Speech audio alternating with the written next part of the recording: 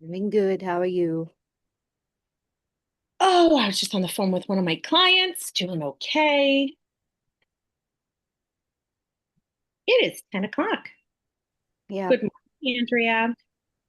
Hi, Felicia. I'm driving. No worries. Drive safe. Um, all right, so welcome to Wednesday, November 26th, the last call of the month. And tomorrow is Thanksgiving. Hope everyone is going to have a great holiday. And today I wanted to ask, and Andrea, I'm going to kind of piggyback on you right now. What is working well, and what do you need a little help with? Well, to be honest, I'm just getting started. Uh-huh. Um, Dad finally had his fifth surgery and he's doing well. He's driving for the first time. This week he went to appointment. He's going to a second appointment today. So, Well, um, that's great news. I need to sit down. Basically, I've got to start over. And just regroup and reorganize everything. Right. And yeah, because I haven't even been to a senior initiative meeting. I can't tell you when last year. So yeah, so I over this past year I've just been absorbing, taking notes of where my notes are Yeah. and I But gotta and start here's the reaching. thing is when you kind of regroup, reset, and then get that started, right? You're gonna push. This is actually a really good time of year to do that. And the best course of initiative for people is to number one, figure out what your territory is, right? So when you're starting or rebooting, I would, if I were you, I would say, okay, where's my radius that my clients are in? And I draw a circle around that radius, and I would figure out all the senior living communities within that radius. I would figure out what their price points are, right? What are Right. they what are they servicing? Is it IL, AL, memory care, skilled? And I would focus on the communities that are luxury, higher end communities for you, right? IL, AL is where I would live. And I would focus on those communities. And if they all have, if they have a continuum of care, that's great too. But I would focus on those as my first step of initiative. Go on tours of those communities, get to know those sales directors, ask them who they partner with as far as home care, home health, senior move management, senior placement. And within that, that is how I would build out my board of directors.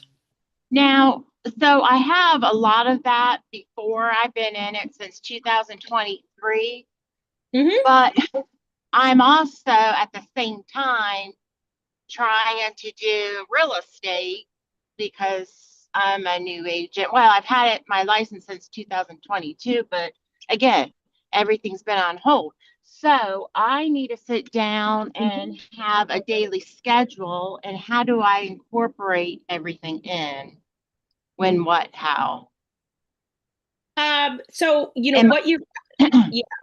So what you my have to understand, ADD, yeah, ADD is going crazy right now, overwhelmed. you just have to just focus.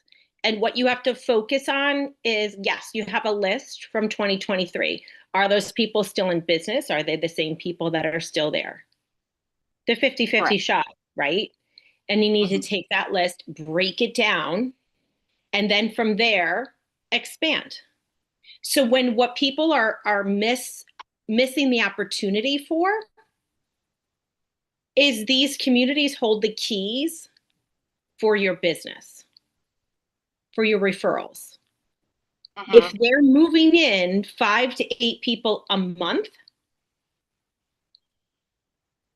Why are you not having the opportunity to sell their home? Correct. Right. So this is where we get wrapped up.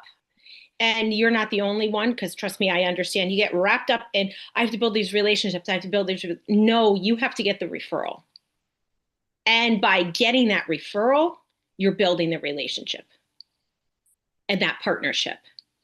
It is not about, in my experience, it is not about, should I volunteer? Should I do events? No, it's getting to the referral is your goal. And right now, during the holidays, this is the time of year where those referrals should be coming in fast and furious because people are coming into senior living. This is the time of year that families take a look at their loved ones, see how much poor shape they're in, and they are going to start making some hard decisions within their lives. So you have to take Correct. advantage of that opportunity. Yeah, as we speak, I'm getting ready to serve a Thanksgiving meal to seniors. I'm on my way now for one of my senior placement. Her senior placement is nonprofit. Everything that she gets from the community, she buys meals for seniors. Because apparently Meals on Wheels doesn't serve anything. Meals on Wheels is very limited. People don't realize that. It is very limited, even in our area. And when I was up north, it's very limited. Yeah, she could only do 75 this year, and she said she turned away hundreds. Sad. Yeah. Now the thing is you have to focus on the business. All of that is fabulous, but everything that I do, I attach an ROI to it. Because what happens is we are all giving. A lot of folks who are working in real estate are women, so we're nurturing as just, our well-being and who we are. But if your calendar is filled up with volunteering, which you have to do a certain amount of volunteering per any business, right? But if your calendar is filled up with that, how are you going to feed your family? And when I mean feed your family, I mean put food on the table, go to the store and buy that food. So there's a fine line in between that. And I only say that as something I just want to, just as a reminder, because if you've listened to calls before, you've heard Paul tell you what my issue was about 4 years ago. And I was the volunteer queen. I put on huge events for the Alzheimer's Association. I put on 500 people walks for the Parkinson's Association. And I was the president of Naples Interagency. So my calendar on a weekly basis consisted of 50-50 of volunteer work and doing all of the marketing for these events and graphic design, as well as organizing all of the meetings and taking meeting notes. That didn't bring me any business. I was frustrated. And I'm sharing this with you because it's real life experience. Now, if you are doing 50, 60 transactions a year, and you want to make sure you're giving back to the community to elevate your philanthropy, by all means, that's amazing. But the part that I'm trying to say to you is don't get excited over the shiny penny of it's that time of year that we have to go out and volunteer. Because what you do today affects you 90 days from now. So I just want to put that word of caution out to everyone because we are building businesses for referrals. Because and you could write that, y'all could write this in the chat. What is your main goal right now? Is your main goal to get listings and sell real estate? Is your main goal to host events and get awareness out? Or is your main goal to volunteer at communities? I'd like to see some stuff in the chat. Don't be shy. I'll wait till the chat's filled up. We have several people on the call.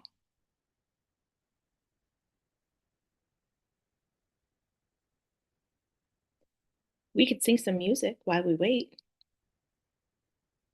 Do, do, do, do, do. Yeah, and I've been doing all three, especially with the NIPC and conference here next year. A Yeah, lot that going takes a on. lot of time. Takes a lot of time. But here's the thing that we have to worry, like you have to make sure your calendar is blocked. I time block. Y'all know I time block. What I get down in my hour time block for my Naples interagency, if it's not finished by then, done. I go to my committee and say, hey guys, this is what I was able to do. Who else can pick up the torch and run with it? That's it. We don't work till 11 o'clock at night, trying to make sure that we get all the things done for the volunteer efforts that we have. And I'm telling you this because I've been there and I've done that. So right now, we have to, and Geraldine, I completely understand. She says to do community talks and sell some real estate to make money. With my husband's passing, I picked up a $2,000 a month bill for our HOA. So focusing on what to do most and developing community talks has run concurrently. Yes.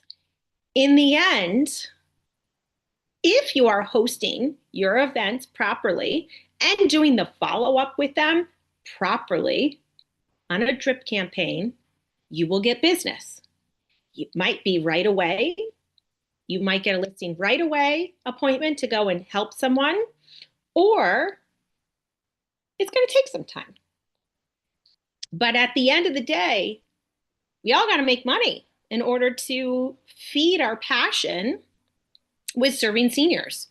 And so I was talking to Lisa to Andrea, I was just looking at a text, on what if I were starting out today, what would I do right now this day to help me build my business?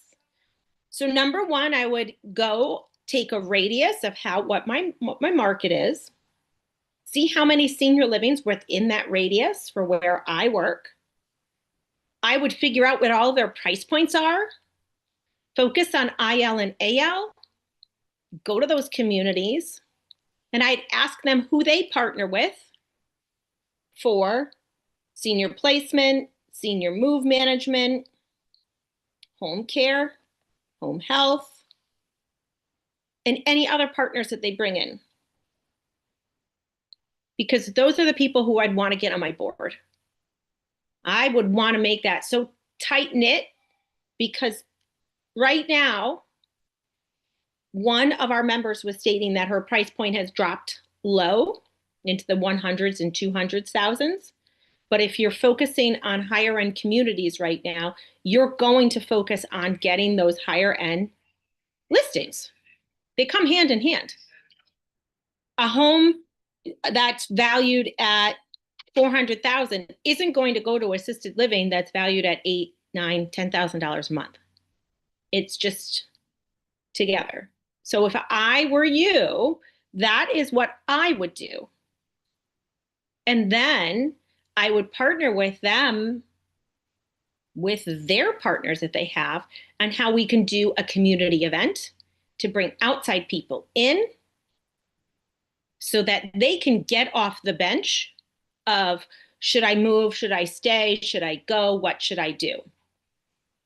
I also would offer to go on home visits with them because majority of the time, the person who wants to move in is worried about selling their homes and all the things, but they haven't brought that up to senior living community yet.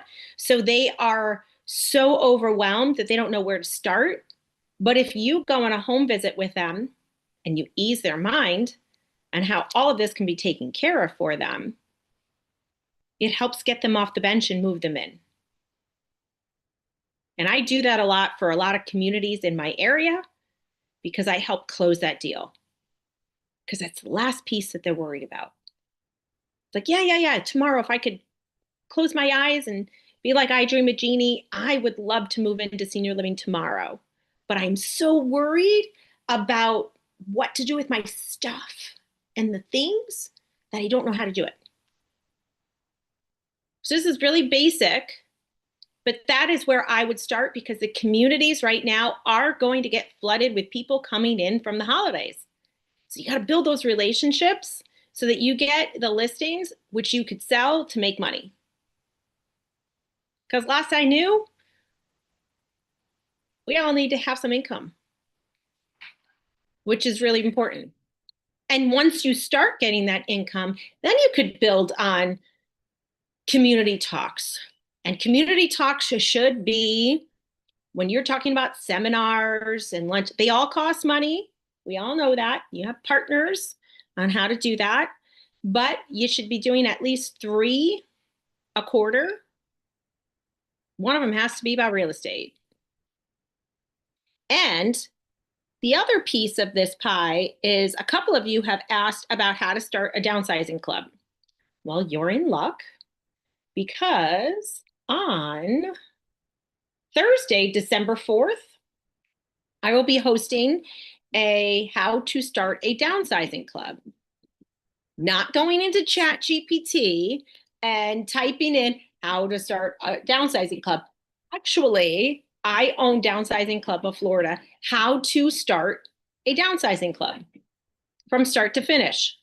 What you should be doing in order to make it a feeder for you and your partners, and then how you could make some income on this and how you can leverage the downsizing club for your clients.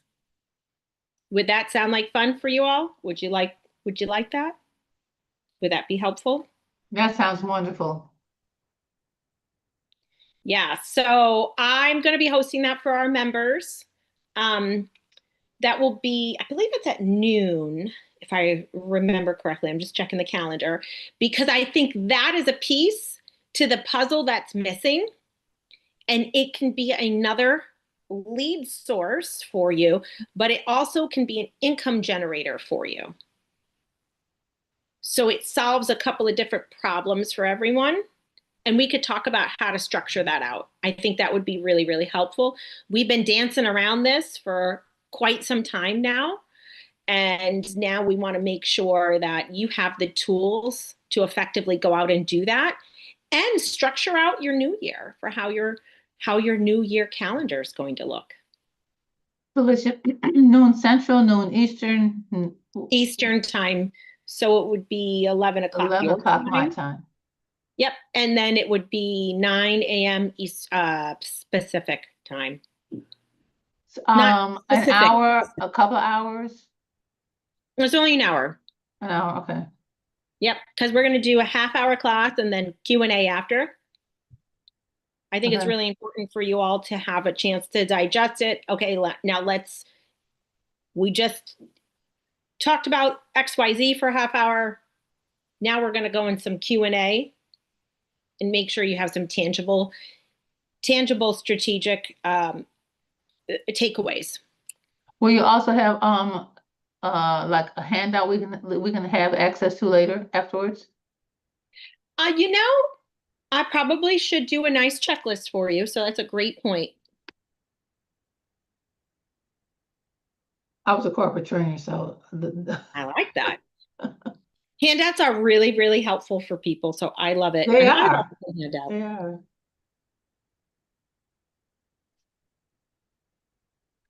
And there's a lot of inexpensive ways that you can get this started. So we're going to talk about that. So we're going to talk about like the inexpensive ways and then kind of like how you can turn that up. But you got to start somewhere. And it's a great opportunity for you to get another stream of info. Mm-hmm. All right, Andrea, have a great holiday. Thanks for popping in this morning. And so does anyone else have anything that is they're struggling with right now that we can just help you out with? Any success stories that have happened?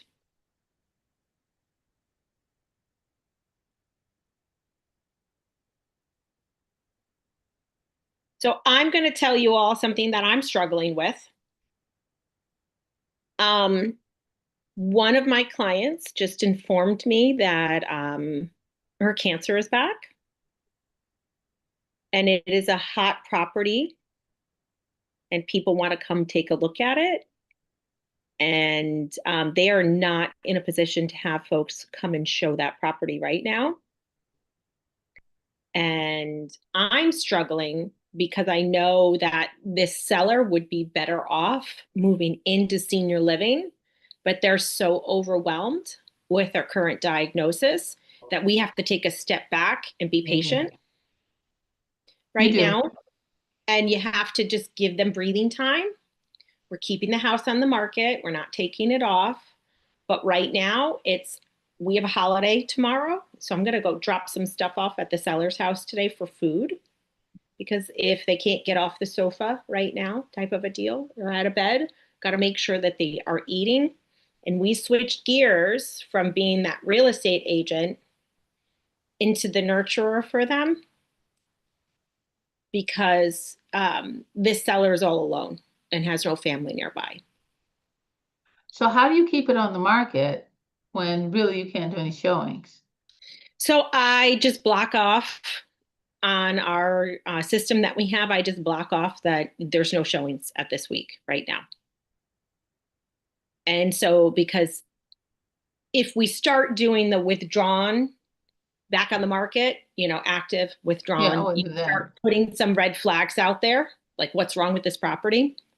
Right.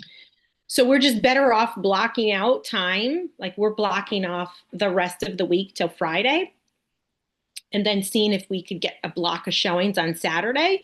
So the conversation that we had actually this morning was let's not make it really more stressful.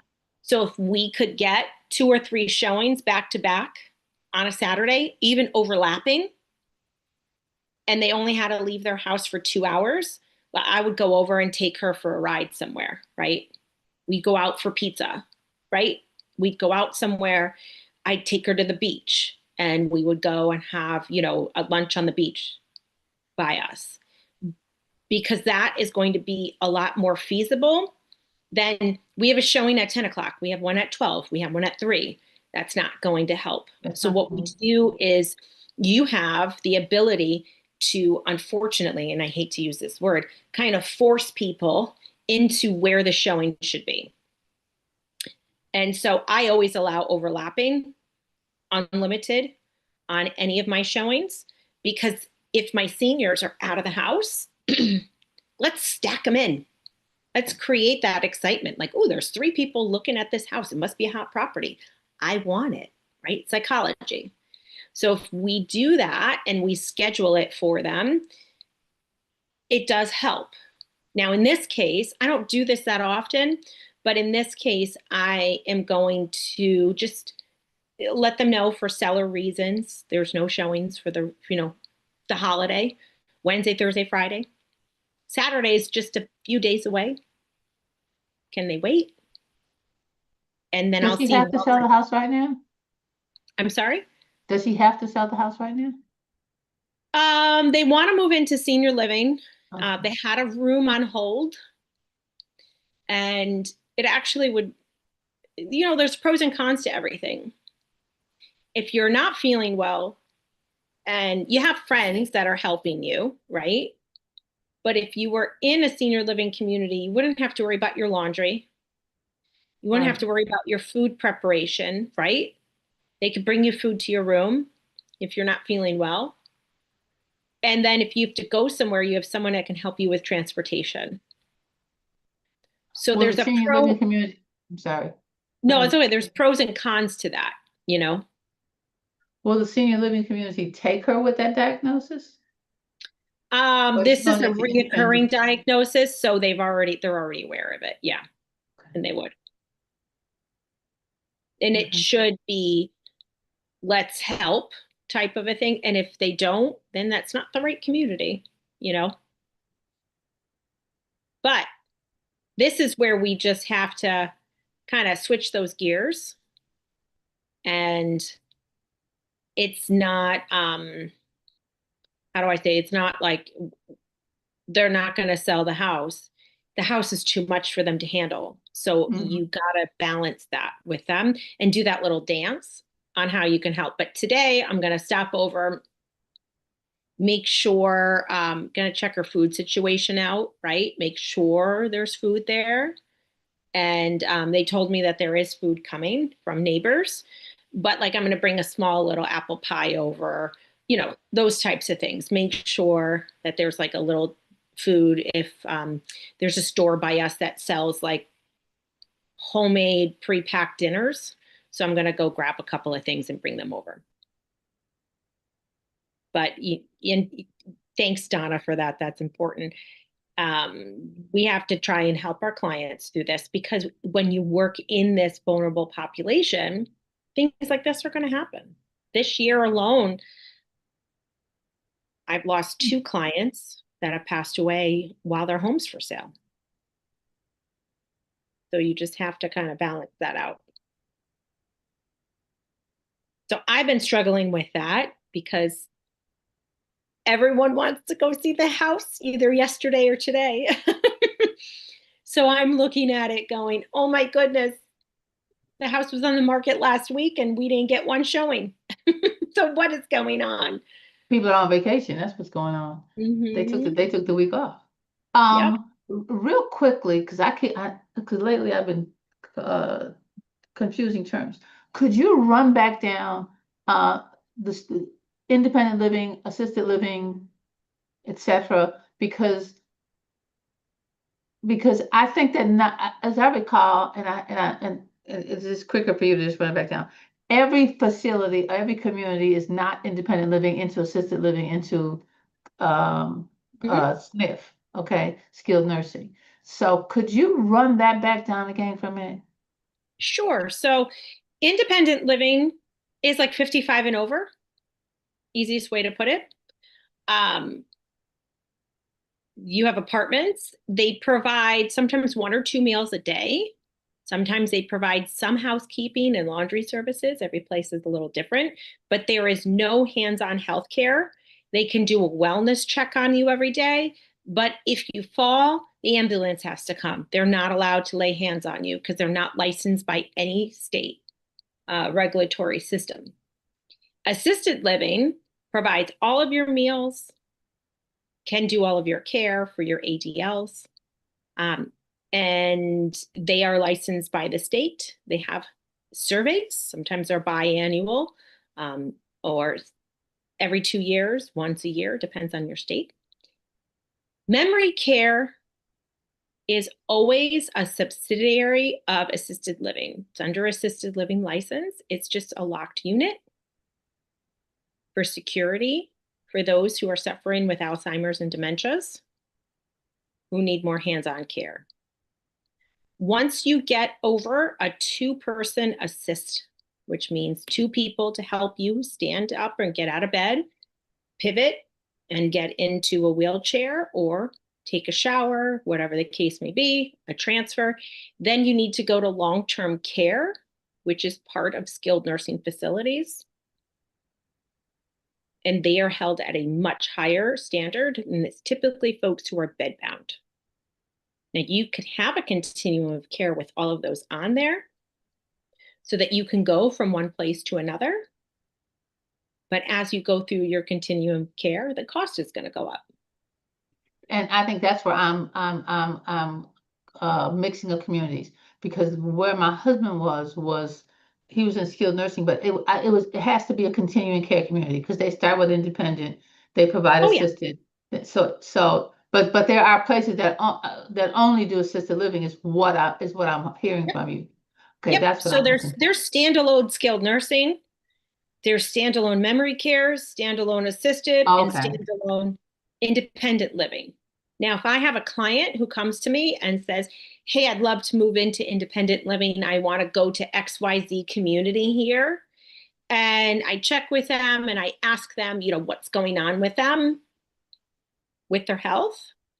They told me that they just got diagnosed with MCI, mild cognitive impairment.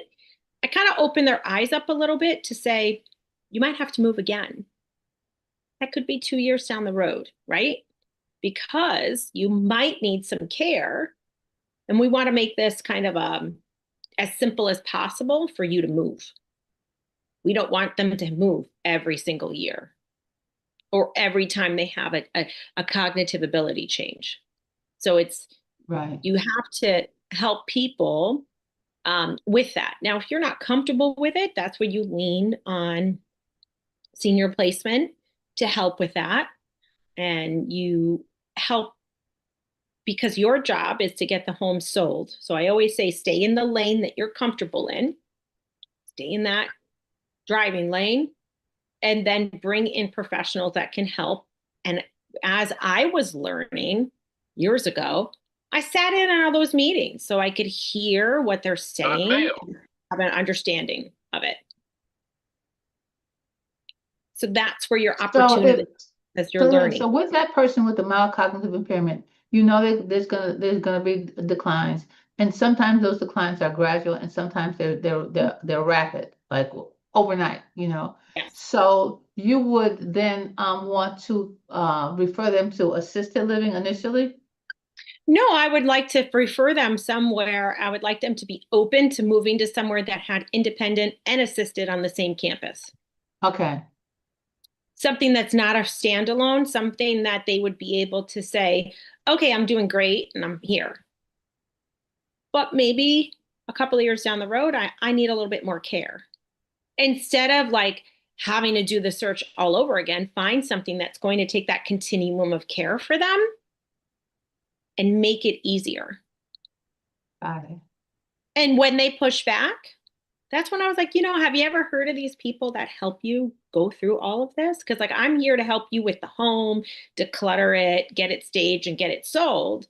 But I have a person on my team that can help hold your hand the entire time, bounce ideas back, maybe bring up a new community that we haven't even thought of and help you through this process. Would you be open to have them help you? And it doesn't cost you anything. And they're like, oh, I never heard of anybody like that. Well, now we have a referral, like Paul says, you got that referral to call that partner with to help make it smoother for them. Thank you.